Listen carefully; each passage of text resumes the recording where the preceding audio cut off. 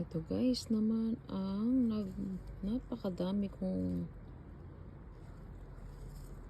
magiging pangtanim na pechay. Yan guys, oh.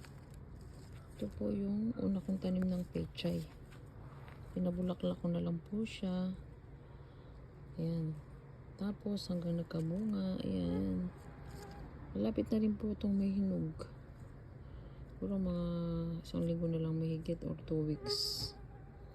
Yan guys. Ang dami-dami ko na naman pong pangtanim next year. Dami. Ano pa? Ayan guys. Lahat ng nabubol na yan. Ayan. May bulaklak pa po dito. Mayroon pa dyan. Mayroon pa dito. Ayan.